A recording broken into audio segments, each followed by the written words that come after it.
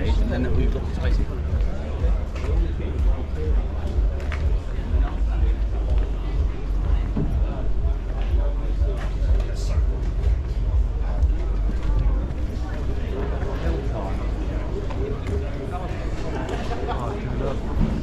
This is a very clean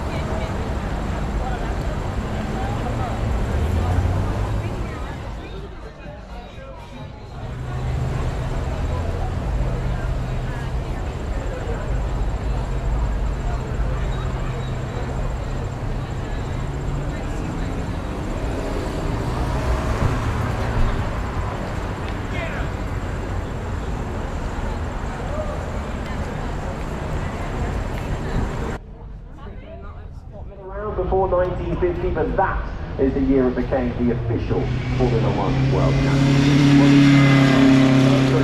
35 was a phenomenal drivers who raced the car extensively on both sides of the Atlantic, and we go to something rather familiar.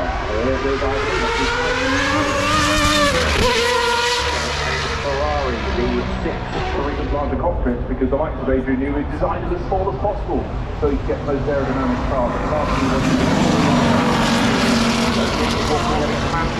Might be a little bit difficult, so that was a definite step forward. Now we're back to the hand.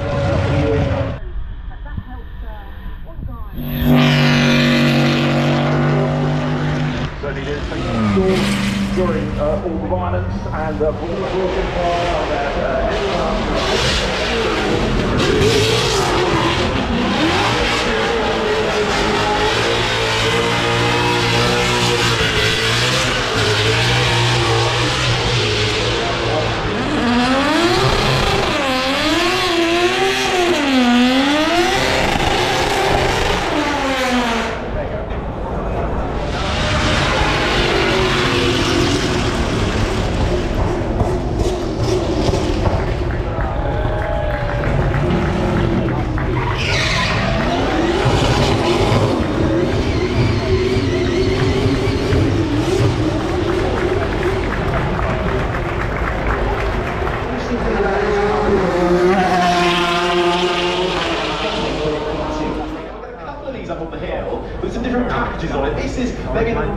sleek, a little bit more subtle on the touring. It is the touring. So if you think the GT3 is a little bit too OTT, you go for the Making a splash with every new launch. This the Lyra Evo Roadster, unveiled digitally in 2024.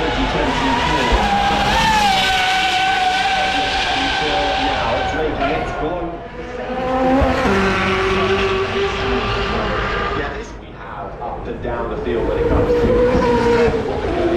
CC850. It's very much, James, paying homage to the past and looking towards the future. It is. It's a bit of an affectionate reimagining of Koenigsegg's first car, the CC8S, which arrived in 2002. Now, this car not only looks back to that time, but it was also built to celebrate the boss's Christian von Koenigsegg's 50th birthday. What a present to himself! 5-litre V8, and it needs a special kind of fuel. And if you put E85 in it, you get over 1100 brake horsepower. It is just an absolutely beautiful machine, all in white, making its way up across the hill. Now, Singer have long been a friend and a visitor to the Goodwood Festival of Speed. 10 years. They are Franchitti at the wheel of this, the Porsche 911 Carrera Coupe, reimagined by Singer, very much basing itself on that wide-body 911 from the 1980s. Yeah, and it's packing a potent punch as well. That flat-six engine pushing out 420 horsepower, developed and honed by Singer take these cars apart, they put them back together with a huge amount of care and attention to detail. It's got a real Miami vibe, I think. It certainly has. They're actually running two cars on the hill climb, one turbocharged and one naturally aspirated. That was the turbocharged one, as more from Pagani about to make its way up the hill for us. This is the Tokyo Roadster, which is just revving its engine, roof off, and off it goes. Oh, yes. Now, this car supersedes the Huara, which first arrived in 2022. Now, this car has got more power than the Huara. It's got a manual gearbox option as well, 6-litre twin-turbo V12, pushing out 864 horsepower. The body's pretty clever as well, carbon titanium monocoque with carbon fibre panels. It weighs just 1,280 kilograms, which is impressive because that V12 engine is one heavy lump. And if you've got, what, a couple of million, you can have it in your garage, yeah? Yeah, about 2.4 million. That'll do, 3 million euros if you're over in Europe for that one. This open-top Roadster making its way past the Flint Wall Pagani, always delivering such bespoke, such heavy features for their cars. And we continue to look at the latest innovations that are being brought as well. This is something new, something you may not have seen before in the supercar category from Karma. This is called the Cavea. It's an upcoming electric Hyper GT from the California-based Karma Automotive. Yeah, so Karma has really been born out of the ashes of Fisker Automotive.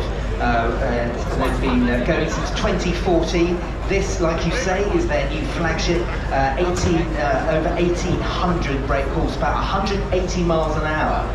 It certainly is, making its way up the hill and being followed by a fleet of Bentleys that you are about to see. We've got the Bentley Bentayga convertible, the Continental GT Speed, which you're seeing on the screens right now in the Bacalar, also making its way up the hill. This, though, the Continental GT Speed, and Bentley just proving time and time again that you can have supercar power performance, but you can also have a nice ride as well. Yes, and this is exactly what the Bentley is about. Opulence, sheer luxury inside, and yet is packing over 700 horsepower.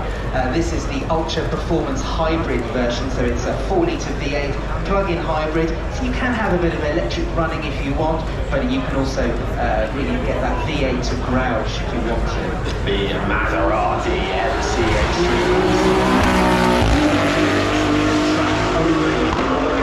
racing car. Only 62 of these produced worldwide. The most formidable and extreme track-only Maserati. It's got a V6 3-litre twin turbo producing 730 horsepower as it, well, a little bit tentatively makes its way past the flint wall, and I just wonder, I think we've got a red flag out there. We do. So the Extreme, MC Extreme has just eased off. Have we got a little bit of debris, perhaps, on the... to our exclusive unadulterated sound of motorsport at its finest. You'll also receive other unrivaled benefits such as on-event exclusives, discounts, ticket priority for our events, and much, much more. You can hear the sounds of engines roaring back into life here on the hill. Waiting on the start line, we have the Maserati, the Grand Cabrio, which is just waiting for the all-clear. Yes, so this is four-seater drop-top luxury Maserati motoring, and this car comes in a number of flavours. You can have it as a petrol or as a pure electric with a 3 electric motor powertrain, 760 brake horsepower, 92.5 kilowatt-hour battery. But here, this weekend, we've got the petrol, 3-litre V6, 490 horsepower, and we're just getting a glimpse into the cabin there, and just a sheer opulence. Yeah, everything designed to immaculate detail within touching distance for the driver's hands, and keeping everything within eyesight. You can get two in the back there as well. And certainly Maserati combining typical high performance of a sports car, of a supercar, with those comfortable long driving distances. That's what they've always done so well as Maserati, offering really quite outrageous performance at times, but sheer Italian elegance at the same time. This new Grand Cabrio is a lovely development of the original Grand Cabrio, which was around for a very long time actually, probably about 15 years. But you can tell he's really pushing the indicators flash then as he stands on the anchors, flings the car around Moulcombe and heads up to the flint wall. Some of the latest cutting-edge technology inside that car as well, powering its way up past the flint wall. It's the Maserati Grand Cabrio. With a little bit of active air on the back as well. A small spoiler, a small rear wing, and well, keeping things Italian, from Maserati we go to Ferrari and the Roma Spider. Yeah, and we go from one conversion to another. And this is the first front-engine convertible Ferrari since 1969. That was the 365 GT S4. This is much more modern, gets a V8 powertrain, twin turbo, 3.9 litres, 612 brake horsepower, and yeah, lovely looking car. Roof opens in 13.5 seconds, and why wouldn't you on a day like Look at this from Ferrari once again in that beautiful yellow. This is the 296 GTS, which has just set off hybrid mid-mounted 3-litre twin turbo V6 with 167 horsepower from an electric motor. So combined, that's giving this 830 horses. Yeah, and so amazingly, this car only weighs 70 kilograms heavier than the GTB Coupe. Now, if you're thinking, that doesn't look like a convertible, well, that black section is a metal roof, and really putting its foot down, a little twitch from the back end there. But yeah, that black metal panel can fold back very quickly and to bathe the cabin in beautiful sunlight. And talking about cabins bathed in sunlight, look at this. Yeah, this is the Ferrari SF90XX Spider making its way up the hill, and doused in the livery of the World Endurance Championship hypercar entry, the Ferrari power. This, of course,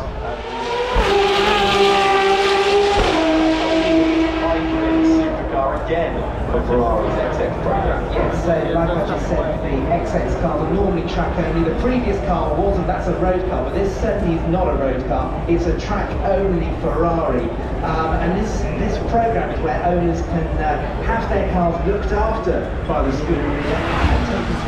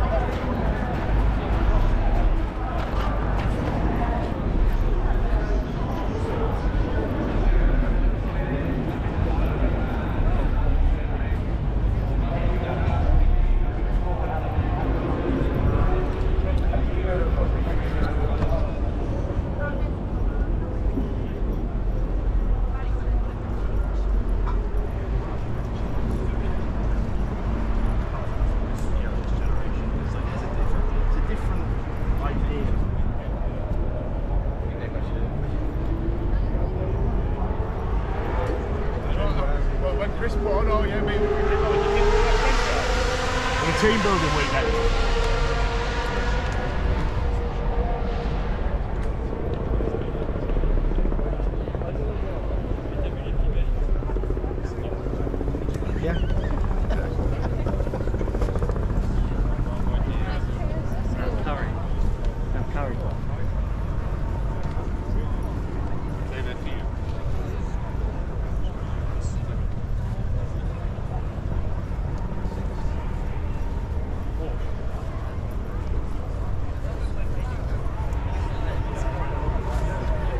That isn't my favourite.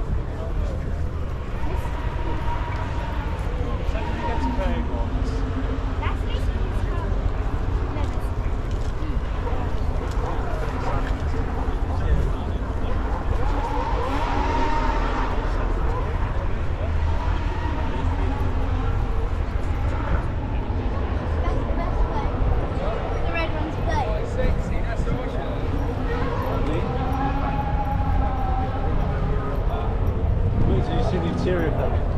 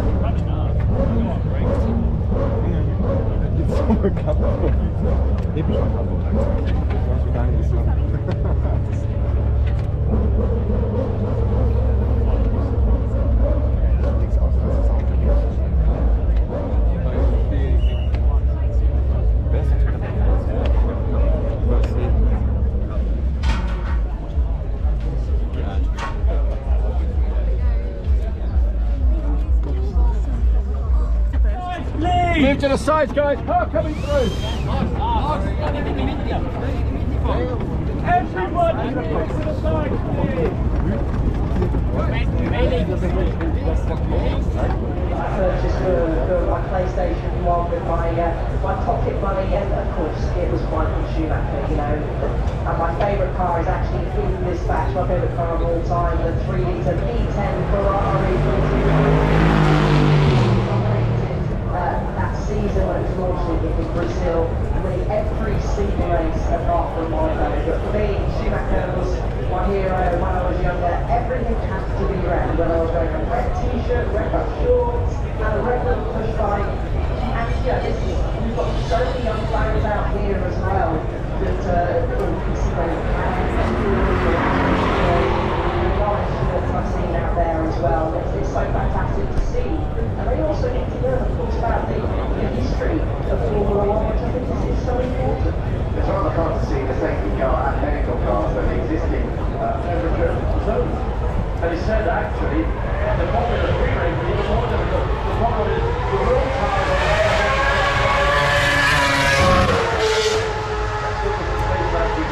very different conditions we've got here this weekend, particularly the Formula 3 race you were mentioning. It was particularly wet, but finally we've got cars going up the hill. McLaren 421 absolutely screaming as it goes past up the fans that are sat alongside on the right hand side just there. Yeah, a podium on his debut at race 1 in Bahrain, run by Kimi Raikkonen.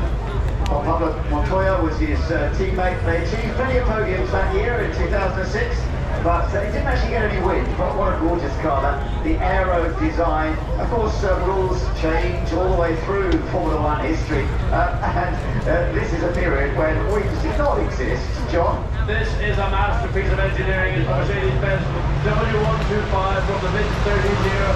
This car was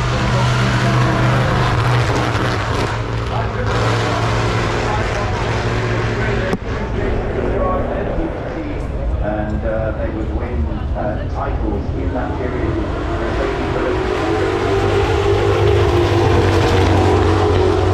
Post-war, so it was also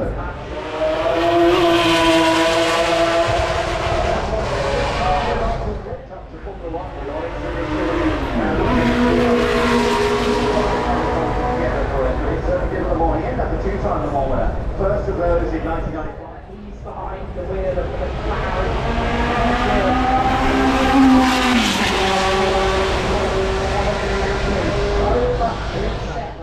The way he sits, as you say, Bruno sits quite high in that view the driver has. Very different, of course, to nowadays.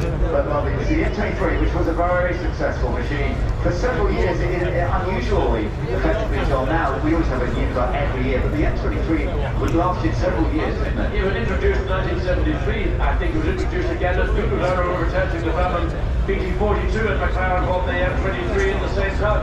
And that car raced successfully all the way through to the end of 76 and the same time won the World Championship.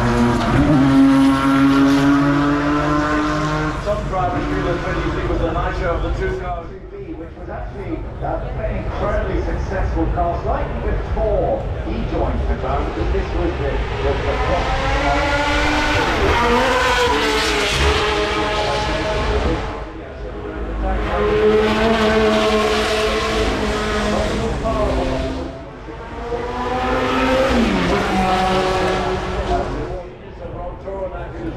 and Sir Jack Crum, who was an absolute star when it came to driving a Grand Prix car, just endorsed the possibility of winning the race.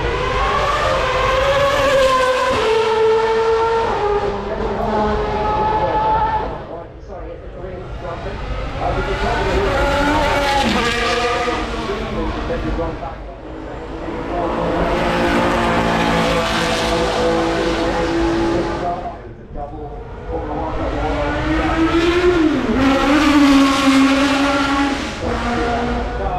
In 1972 and then backed it up. He left Douglas, joined McLaren and won the 1974 World Championship for McLaren.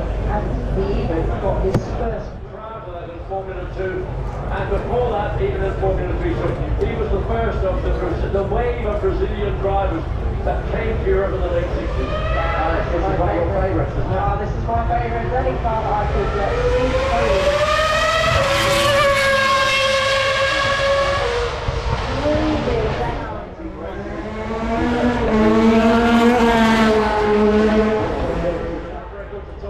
Almost one or two remain having another.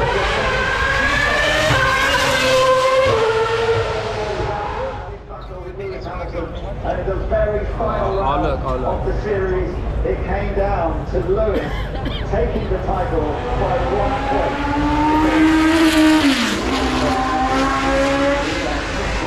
And it was a very successful car, there's no doubt about it.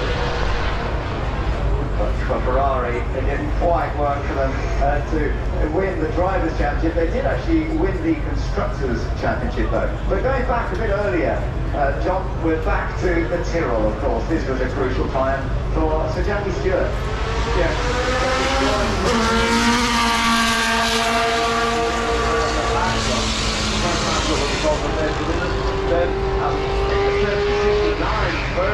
was a much more sophisticated car, and that led to Sir Jackie winning his first World Championship. The Tyrrell was only introduced at the end of 1970 because the team ran a barn, and this is a new tech car. The Tyrrell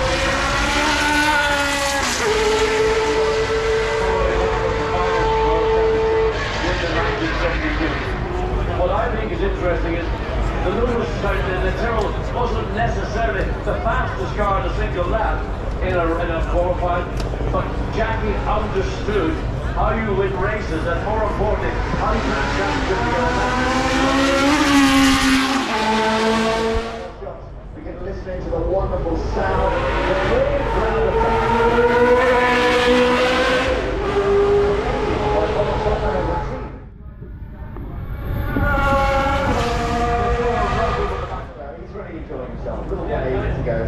This car is not really known as designated for the bright red number 5 at the front of the nose. They usually coming introduced. Also very significant. That tyre failure in the last race in Australia, that's what cost him. It did look as though he was going to win the championship that year. A lot of people expected Nigel to become champion that year, but it didn't quite work out.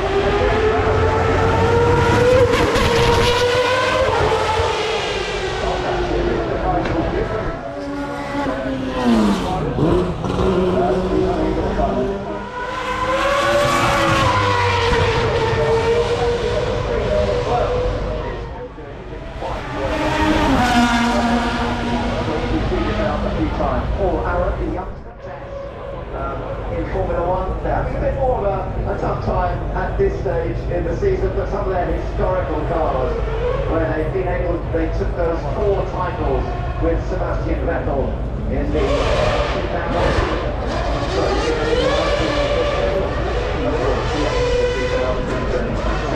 11, 12, 13.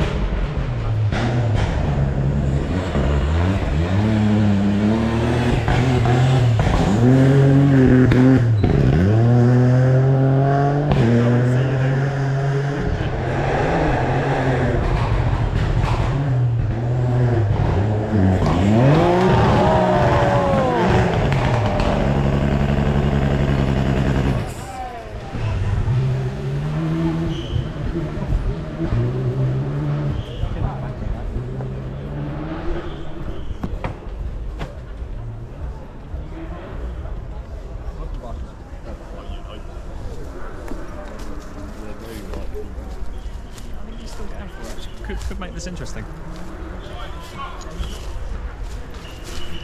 Has anyone told this guy? I don't...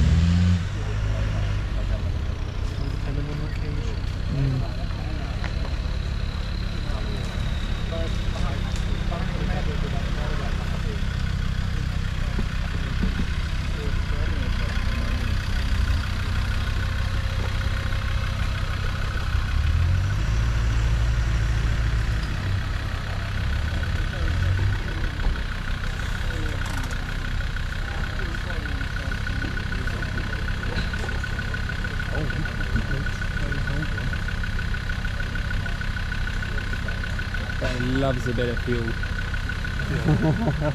Some of the really old ones are petrol. Really? Yeah. Jesus. Even some of the army tanks are petrol. Loves the fuel.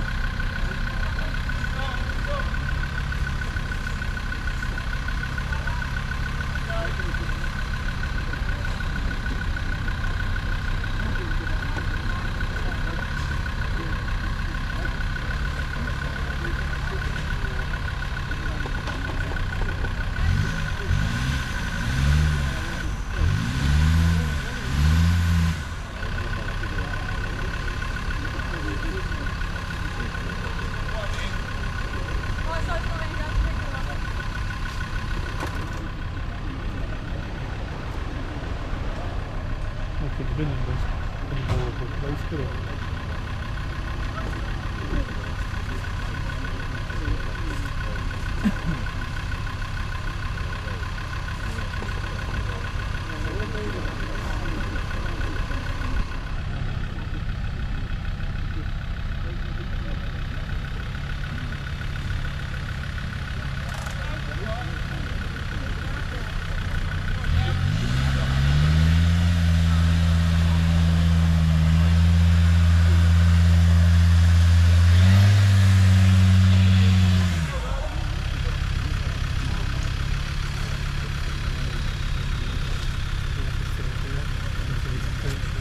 Oh yeah.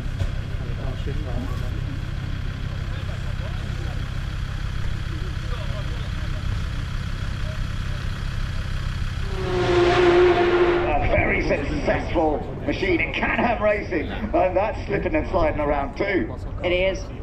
V8 underneath that 8.3 litres, going to roar up past the grandstands. Change down, heavy on the brakes, into Moulcombe Corner. Oh, gets a little bit of a wiggle on the exit, but this is a car which Jackie Oliver won 4 out of 5 races all the way back in the 1974 season. We've seen it go around Goodwood circuit, hugely popular car here at